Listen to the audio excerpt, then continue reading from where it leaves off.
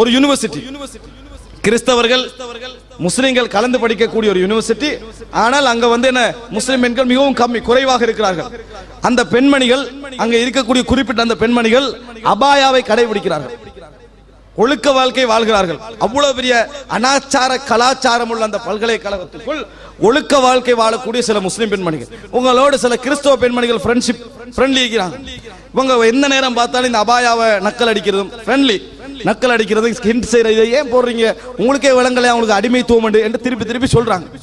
அவங்க சொல்றாங்க இது எனக்கு கௌரவம், எங்களை இது பாதுகாக்குது, பாருங்க உங்களுக்கு எங்களுக்குள்ள வித்தியாசத்தை, எங்கட ஃப்ரீடம் நாங்க அனுபவிக்க வேண்டும் என்பது போல அந்த பெண்கள் பேசுறாங்க. ஒரு முறை ஒரு பெண் முடிவெடுக்கிறா, நான் இவங்களை கொஞ்சம் நக்கல் முறையில் நடந்து கொள்ளணும், அதுக்கே நம்ம அபாயா ஒன்று உடுத்துட்டு போவோம், நானே ஒரு அபாயா ஒன்று உடுத்துட்டு போவோம் என்று சொல்லி ஒரு அபாயா ஒன்றை வாங்கி வீட்டுக்கு போய் அந்த கண்ணாடிக்கு முன்னால் அபாயா போடுறா.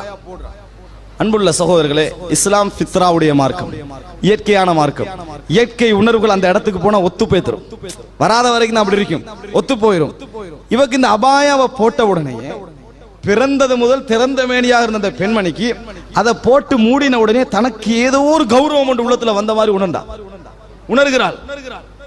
அவசரமா பயப்படுகிறா, நம்ம இதை போட்டுட்டு போனா இஸ்லாத்துக்கு வந்துருவோமோ, இதை போட்டுட்டு போனா இஸ்லாத்துக்கு போயிருவோமோ, நம்மளுக்கு இல்லாத ஒன்று, நம்மளுக்கு தேவையான நம்முடைய உரிமையான ஒரு பொருள் நமக்கு ரிட்டர்ன் வந்த மாதிரி உணர்கிறோமே என்று கலைய நினைக்கிறார். மனசு ஆறுதல் சொல்லுது, விளையாட்டுக்கு தானே உடுக்கிறா, இதுல ஏன் பயப்படணும், உடுத்துட்டு போ. மேலெல்லாம் உடுத்து ஹிஜாபா அணிஞ்சுக்கண்டு அந்த அபாயாவோட அந்த பெண்மணி அந்த பல்கலைக்கழகத்துக்குள்ள நுழைகிறார். போகின்ற பொழுதே உள்ளத்துல ஒரு தடுமாற்றம், அந்த பெண்மணிக்கு ஒரு தடுமாற்றம். போகின்ற பொழுதே ஒரு ஐஸ் உள்ளத்துக்குள்ள அவ ஒரு கௌரவமான பெண்மணி என்ற ஒரு உணர்வு போகின்ற அப்படி உள்ளுக்கு நுழைறா. இவ விளையாட்டுக்குத்தான் செய்யறான்னு தெரியாத அந்த முஸ்லிம் பெண்மணிகள் என்ன செய்யறாங்கடா, இவ அபாயாவோட வந்த உடனேயே என்னடா அடிமை என்று சொல்லிட்டு இதை போட்டு வாராண்டு ஓடி வாராங்க. இந்த பெண்மணி அந்த 4-5 பெண்மணிகளும் வானக்கா செஞ்சு கட்டி பிடிச்சு கண்ணீர் வடிச்சு அல்லாஹ் அக்பர் சுபஹானல்லாஹ் சொன்னவுடன் அந்த பெண்மணியோட உள்ளம் கலங்குது. நான் அடிமைத்தனம் நினைச்சிட்டு இருந்தேன், வேணுமென்று இவங்க டிஃபென்ஸ் பண்றாங்கன்னு நினைச்சேன், பார்த்தா இவர்கள் விரும்பி உரிமையோடு அணிந்ததுனால தானே நான் அணிஞ்சோட இவங்க கவலைப்படுறாங்க, கண்ணீர் வடிக்கிறாங்க என்று சொல்லி அணைச்சு சொன்ன இடத்தில் இருந்த அந்த பெண்மணி சொல்றா, அன்றைக்கு என் உள்ளத்திற்கு நுழைந்த இஸ்லாம் இன்று வரைக்கும் எனக்குள்ள வாழ்ந்து கொண்டிருக்குது.